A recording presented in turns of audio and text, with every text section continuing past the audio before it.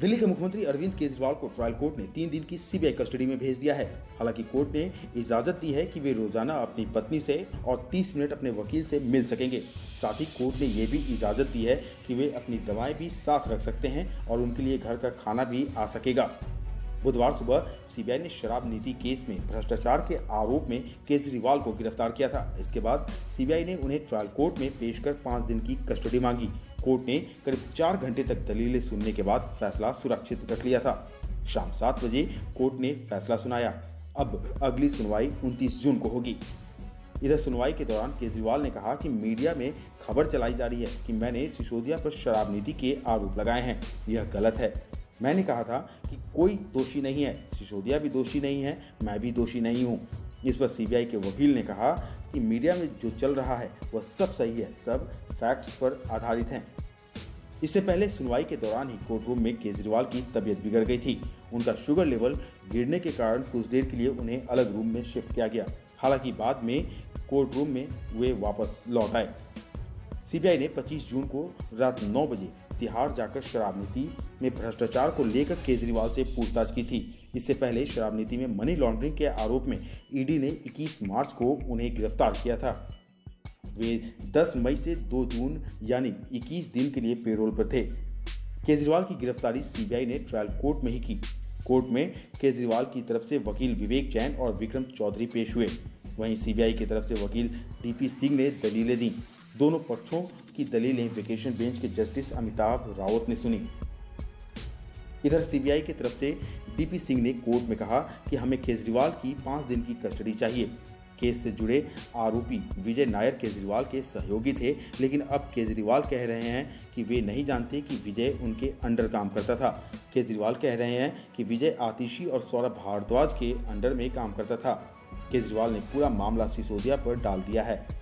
इस पर केजरीवाल से पूछताछ करनी ही होगी। इधर केजरीवाल ने कोर्ट में कहा कि सीबीआई सूत्रों के मुताबिक मीडिया में चलाया जा रहा है कि मैंने एक बयान दिया है कि मैंने अपना सारा दोष मनीष सिसोदिया पर मढ़ दिया है। मैंने ऐसा कोई बयान नहीं दिया है। मैंने कहा था कि मनीष सिसोदिया निर्दोष हैं, आम आदमी पार्टी निर्दोष है। इनका सारा प्लान हमें मीडिया में बदनाम करने का है। इस कोर्ट में यह रिकॉर्ड किया जाए कि सीबीआई मीडिया में यह सब न फैलाए। आपको बता दें, नए मामले में गिरफ्तारी के बाद केजरीवाल ने सुप्रीम कोर्ट में दाखिल जमानत याचिका वापस ले ली है। लोअर कोर्ट ने मनी लॉन्ड्रिंग केस में 20 जून को उन्हें जमानत दे दी थी। ईडी इसके खिलाफ हाईकोर्ट पहुंची। 25 जून को हाईकोर्ट ने लोअर कोर्ट का फैसला पलट दिया। इसके खिलाफ केजरीवाल ने सुप्रीम कोर्ट में याचिका लगाई थी। सुप्रीम कोर्ट में मामले की सुनवाई शुरू होने पर केजरीवाल के वकील अभिषेक मनु सिंघवी ने कहा कि केजरीवाल को सीबीआई ने गिरफ्तार कर लिया है। दिल्ली हाईकोर्ट ने भी 25 जून को लोअर कोर्ट के जमानत देने के आदेश को पलट दिया है। अब हम हाईकोर्ट के 25 जून के ऑर्डर के खिलाफ नई याचिका लगाएंगे, इसलिए मौजूदा याचिका को अब वापस लाना चाहते हैं। इसके बाद सुप्रीम कोर्ट ने ईडी के वकील एसबी राजू की सहमति के बाद याचिका वापस लेने की इजाजत दे दी। आपको बता दें, सीबीआई और ईडी ने दिल्ली शराब नीति मामले में कथित अनियमितताओं को लेकर अगस्त 2022 में केस दर्ज किए थे। दिल्ली शराब नीति मामले में ईडी और सीबीआई का आरोप है कि केजरीवाल और उनकी आम आदमी पार्टी ने दिल्ली शराब नीति में हेरफेर करने के लिए साउथ ग्रुप के मेंबर से 100 करोड़ रुपए की रिश्वत ली। आम आदमी पार्टी ने घोटाले के रुपयों का एक बड़ा हिस्सा 2022 में गोवा विधानसभा चुनाव के दौरान इस्तेमाल किया था। इस तरह आम आदमी पार्टी ने केजरीवाल के जरिए मनी लॉन्ड्रिंग का अपराध किया। साउथ ग्रुप दक्षिण के राजनेताओं, कारोबारियों और नौकरशाहों का ग्रुप है। इसमें अरविंदो फार्मा के प्रोमोटर शरत रेड्डी, वाईएसआरसीपी के लोकसभा सांसद एम श्रीनिवासुलु रेड्डी, उनके बेटे राघव मगुंडा और कविता शामिल थे। इस ग्रुप का प्रतिनिधित्व अरुण पिल्लई, अभिषेक बोइनपल्ली और बुची बाबू ने किया था। तीनों ही शराब घोटाले में गिरफ्तार किए जा चुके हैं। दिल्ली शराब नीति केस में सीबीआई ने 26 फरवरी 2023 को दिल्ली के पूर्व डिप्टी सीएम मनीष सिसोदिया को गिरफ्तार किया था। इसके बाद ईडी ने 9 मार्च 2023 को सीबीआई की एफआईआर से जुड़ी मनी लॉन्ड्रिंग मामले में सिसोदिया को गिरफ्तार किया था। सिसोदिया जमानत के लिए दिल्ली हाईकोर्ट से लेकर सुप्रीम कोर्ट तक की याचिका लगा चुके हैं, लेकिन हर बार उनकी याचिका खारिज हो गई है। इधर सीबीआई के द्वारा केजरीवाल की गिरफ्तारी के बाद आम आदमी पार्टी का रिएक्शन सामने आया है। आम आदमी पार्टी के सांसद संजय सिंह ने भाजपा पर सीधा हमला किया। संजय सिंह ने कहा कि भाजपा की मंशा केजरीवाल को जेल में रखने की है। क्या झूठ फैला दिया सीबीआई ने कि अरविंद केजरीवाल ने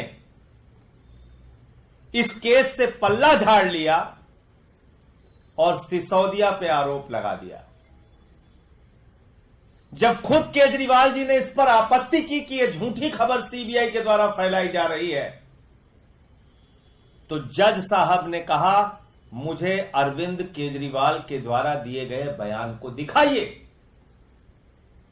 और जब वो बयान देखा गया तो जज महोदय ने खुद कहा कि सीबीआई के लोग गलत बोल रहे हैं, अरविंद केजरीवाल ने ऐसा कोई बयान नहीं दिया। मैं मीडिया के मित्रों से फिर अनुरोध करना चाहूंगा, कोई भी खबर सीबीआई के द्वारा या ईडी के द्वारा दी जाए,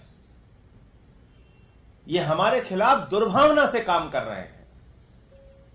ये हमारे खिलाफ एक राजनीतिक साजिश के तहत काम कर रहे हैं, बीजेपी सरकार के इशारे पर काम कर रहे हैं। सीबीआई गिरफ्तार करने कब पहुंचती है, ये आप लोगों को और देश के लोगों को सोचना बहुत जरूरी है। कैसे काम कर रही है देश की मोदी सरकार, कैसे काम कर रही है केंद्र सरकार की सीबीआई और ईडी। आप कल्पना कीजिए, केजरीवाल जी को जब गिरफ्तार किया गया, उसी दिन इलेक्टोरल बॉन्ड का मामला सामने आया था। 60 करोड़ रुपए की रिश्वत शरद चंद्र रेड्डी ने भारतीय जनता पार्टी को दी है, इसका खुलासा हुआ था और उसी दिन केजरीवाल जी को गिरफ्तार कर लिया गया था। उसके बाद अरविंद केजरीवाल के मामले में कोई न सबूत थे, न बयान थे, न गवाह थे। वो गवाह फर्जी तरीके से तैयार किए गए थे। ये सब बातें सामने आई, कई बार मैं इसको बता चुका हूं। सुप्रीम कोर्ट ने उनको इंटरिम बेल दिया, अंतरिम जमानत दिया, और उस जमानत में स्पष्ट रूप से सुप्रीम कोर्ट ने लिखा, अरविंद केजरीवाल से समाज को कोई खतरा नहीं है, अरविंद केजरीवाल कोई हैबिचुअल ऑफेंडर नहीं है, अरविंद केजरीवाल का कोई क्रिमिनल रिकॉर्ड नहीं है। और इसके आधार पर उनको इंटरिम मिली। फिर दोबारा वो न्यायालय के आदेश का सम्मान करते हुए जेल चले गए। जब ट्रायल कोर्ट ने उनको जमानत दे दी, सारे नियम कानून सब कुछ ताक पे रख के, बगैर आदेश की कॉपी के मोदी सरकार की ईडी ने हाई कोर्ट में जाकर स्टे ले लिया, जमानत पे स्टे ले लिया। देखिए, सीबीआई की जांच लगातार इस शराब नीति मामले में चल रही थी और अरविंद केजरीवाल को सीबीआई ने पहले भी पूछताछ के लिए बुलाया था। और इसी शराब नीति घोटाले में सीबीआई ने मनीष सिसोदिया को भी अरेस्ट किया है, के कविता से भी पूछताछ चल रही है। और अगर सीबीआई इस विषय को और बढ़ा रही है, जांच को आगे तेज कर रही है, तो केजरीवाल को भी उसका जवाब तो देना ही पड़ेगा। और ये नहीं भूलना चाहिए कि सीबीआई कांग्रेस की शिकायत पर यह मामला दर्ज हुआ था और सीबीआई उसमें जांच कर रही है। तो जब अलायंस इन दोनों भ्रष्टाचारी गठबंधनों का हुआ था, उस समय आम आदमी पार्टी को कांग्रेस से पूछना चाहिए था कि भाई ये शिकायत क्यों की है।